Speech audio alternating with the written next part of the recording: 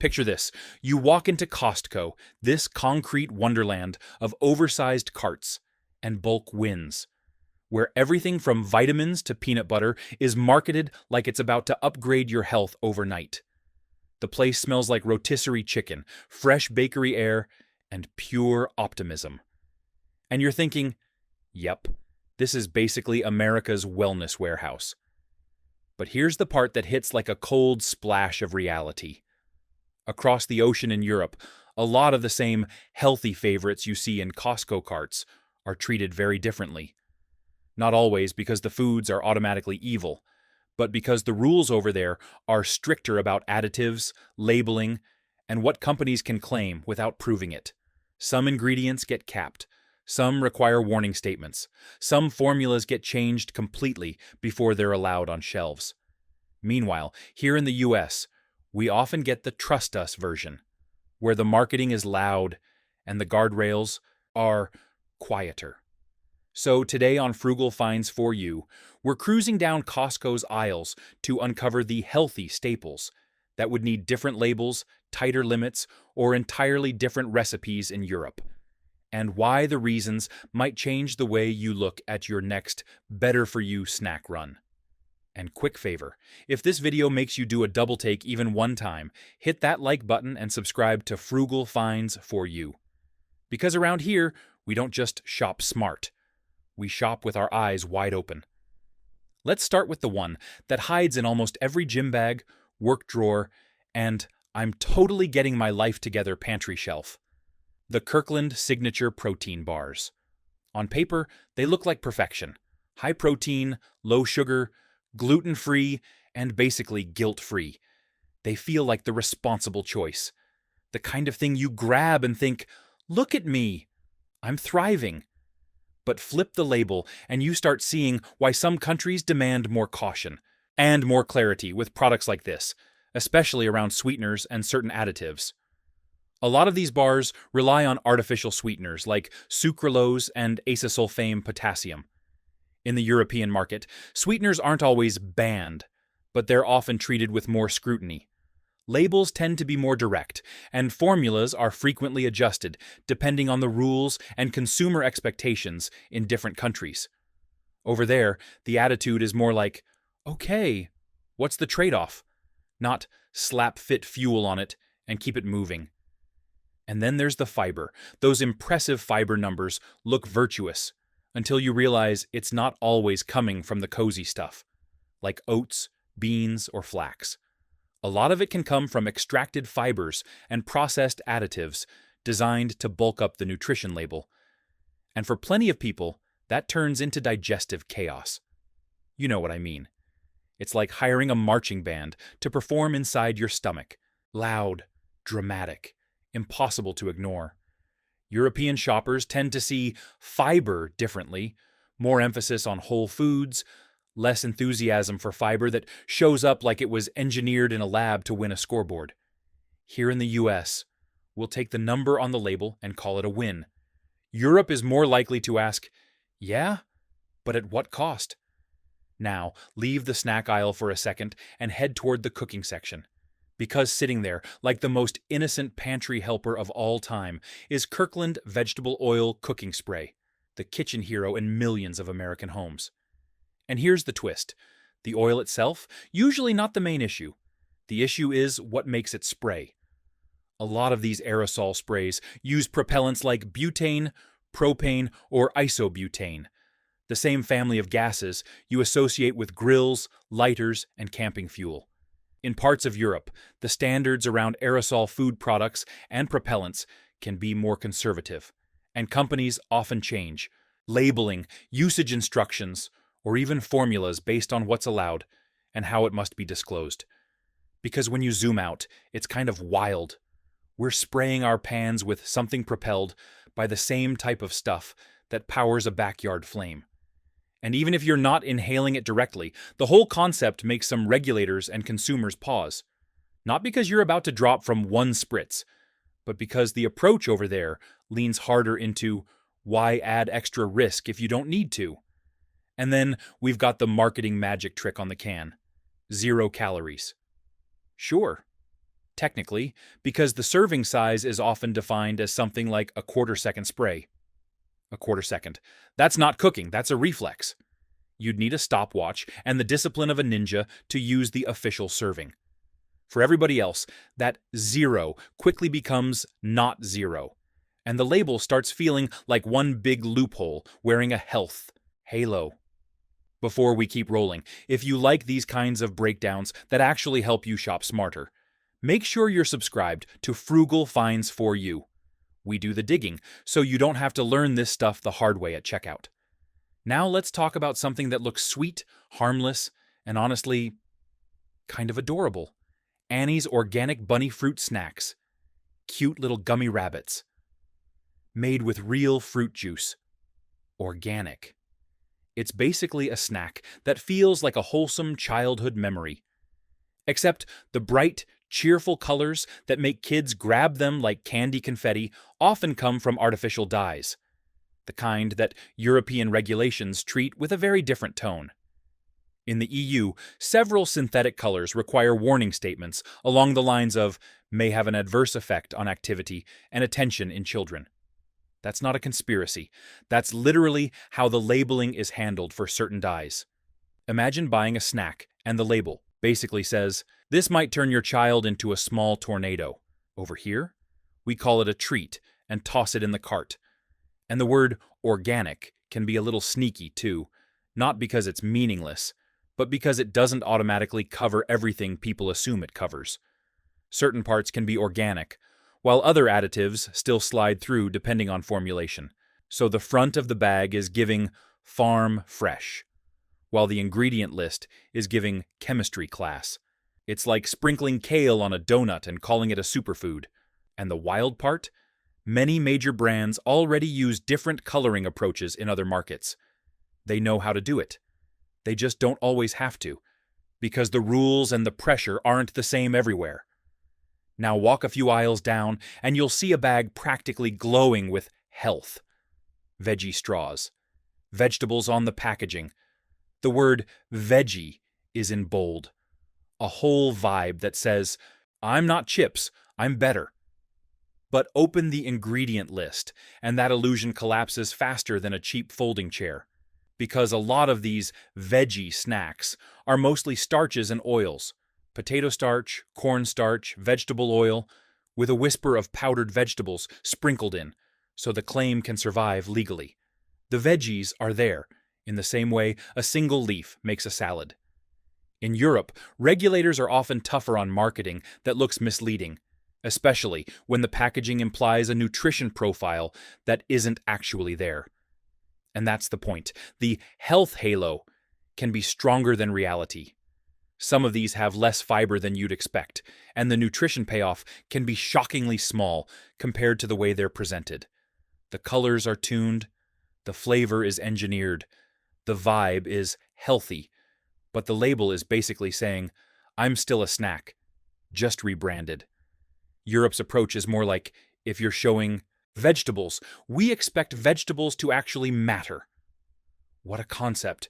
And this is just the beginning. Because the deeper you go into Costco's aisles, the clearer it gets.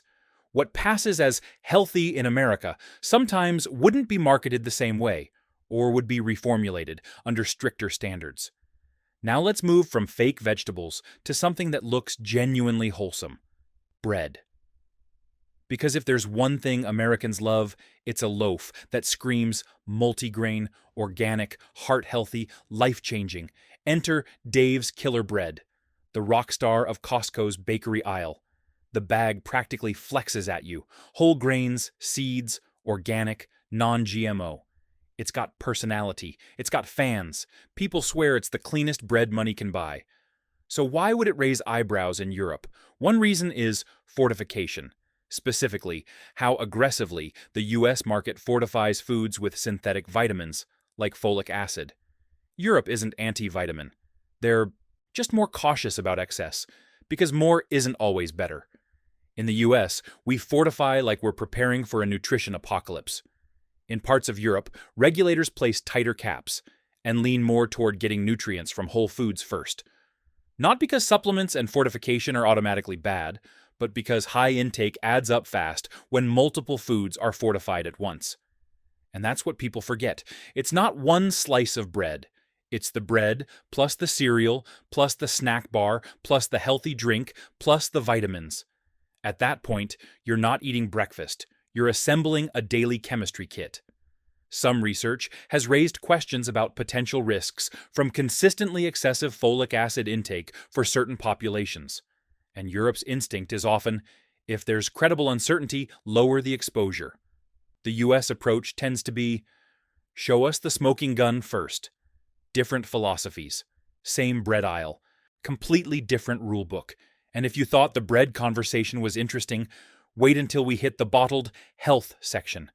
Because nothing screams wellness like grabbing a drink that looks like it came straight out of a yoga studio. The Naked Green Machine. That glossy green bottle that promises fruits, veggies, antioxidants. The whole miracle. The label looks so healthy that it could probably lower your stress level just by existing. But here's the reality check. A lot of these bottled smoothies pack a massive sugar load, sometimes rivaling soda territory, depending on the bottle size and recipe. You're thinking, I'm drinking greens. Your body is thinking, why am I getting hit with dessert? And then there's the classic ingredient cloak, natural flavors. That phrase sounds friendly. It sounds like strawberries frolicking in a meadow. But it can represent a whole cocktail of processed flavor compounds. And labeling rules vary by country in terms of how much detail companies must disclose. In stricter markets, formulas often get adjusted, and labeling can become more direct. So, while Americans are sipping something that feels like clean energy, European regulators are more likely to ask, what exactly is in this, and why does it need to be dressed up like a salad when it's basically liquid sugar? It's like liquid candy wearing a yoga outfit. Now, let's spread into something that Costco shoppers treat like it's sacred. Kirkland organic peanut butter. 2 ingredients, right? Organic peanuts and salt. Bulletproof, simple, clean, and on the label, it is simple. But the concern Europe raises with peanut products often isn't the ingredient list, it's contamination risk. Specifically, aflatoxins. These are toxic compounds produced by certain molds that can grow on crops like peanuts under warm, humid storage conditions. The reason this matters is that long-term exposure is associated with serious health risks, and different regions set different maximum limits and testing requirements. Europe's limits are generally stricter, and enforcement can be tighter. The mindset is, lower the allowable level, test aggressively, and reduce exposure as much as possible. In the US, the approach can be more like, allow a small threshold, test samples, and keep the distribution moving.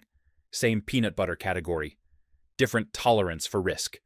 And speaking of things people buy to improve health, let's talk supplements, because there's one Costco staple that looks harmless.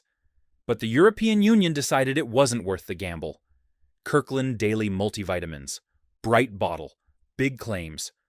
Enough nutrients on the label to make you feel like you're turning into Iron Man by Tuesday. But Europe banned a key additive used in a ton of foods and supplements, titanium dioxide.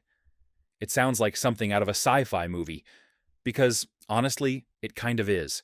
Titanium dioxide was used to make pills look brighter, whiter, shinier, purely cosmetic. Zero health benefit.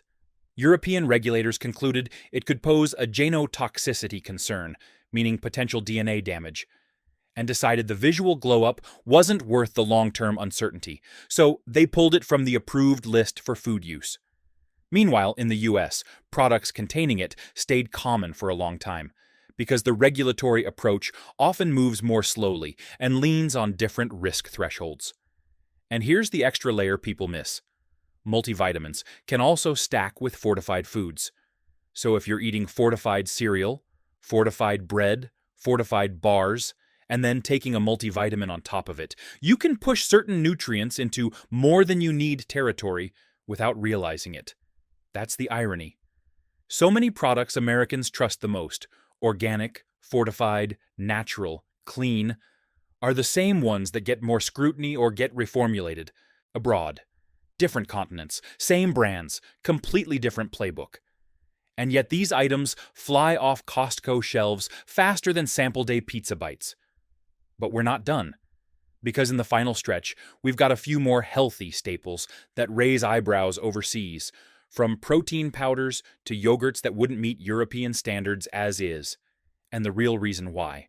And before we jump into the fitness aisle, do me a quick favor.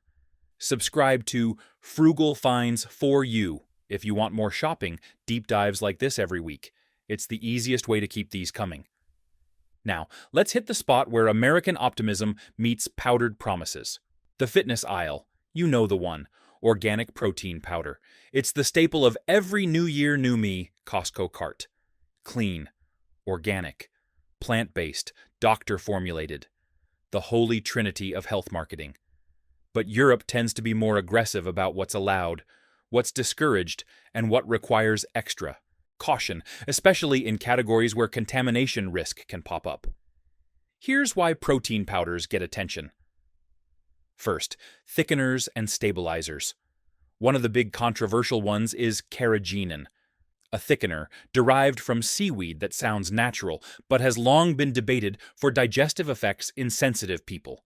The EU has been stricter about where it's allowed, especially around infant and young child food categories, because the priority is reducing irritation risk in vulnerable groups. Then there's the thing most people don't want to hear: heavy metals. Independent testing has sometimes found trace levels of contaminants like lead, cadmium, or arsenic in certain plant-based powders. Not because companies are sprinkling it in like seasoning, but because plants absorb what's in soil and water. Still, Europe's thresholds and enforcement can be tougher, and the pressure to keep levels low is higher. In the US, it's often more flexible. And of course, we can't forget the phrase that refuses to die: natural flavors. That term is the food industry's invisibility cloak. It can hide a whole collection of processed ingredients under one friendly label. In some European markets, ingredient disclosure expectations and consumer standards push companies to clean up formulations faster. Here, it can still sit on the shelf right next to the protein shakers, like it's no big deal. Now, let's cool down with something that looks safer. A tub of Kirkland Greek yogurt with fruit. Thick, creamy, topped with fruit, that looks like it came straight from a postcard in Santorini. The packaging gives authentic Greek taste. But in Europe, Greek yogurt is treated more like a protected style and standard, not just a marketing phrase. Traditional methods matter more, and labeling expectations can be stricter. A lot of American Greek yogurt gets its thickness not only from straining, but also from added stabilizers, thickeners, or processing shortcuts, depending on the brand and variety. And when fruit is added, the ingredient list often expands fast. Added sugars, flavor systems, sometimes colors, things that Europe tends to regulate more tightly or require clearer labeling around. And those bright fruit swirls? They can be boosted with color additives that, again, in the EU, often require warning statements for kids, depending on the dye. So, while Americans are spooning it up as a clean breakfast, some European regulators see it as a dessert, pretending to be a wellness product. Even the probiotic angle can get tricky. Yogurt's benefits depend on live cultures, but processing, storage time, and supply chain can reduce the party in your gut effect that people imagine. Your stomach is expecting a celebration, but what shows up feels like an empty room with the lights already off. Let that sink in. A yogurt that looks authentic here could be considered mislabeled, or at least misleading, by stricter definitions elsewhere. Now zoom out for a second. From protein bars that lean on controversial sweeteners, to cooking sprays powered by propellant loopholes. From organic snacks colored like a neon sign, to veggie snacks that are mostly starch with a marketing costume. From bread packed with fortification that adds up fast, to green drinks that can hit like a sugar rush. The pattern is clear. Europe doesn't approach food regulation the same way the US does. They often lean toward prove it's safe, while we more often lean toward prove it's dangerous. And that's the difference between being cautious and being a test subject with a membership card. But here's the wildest part. A lot of these same brands already sell cleaner, simpler, or reformulated versions overseas. They know how to make products that meet stricter standards.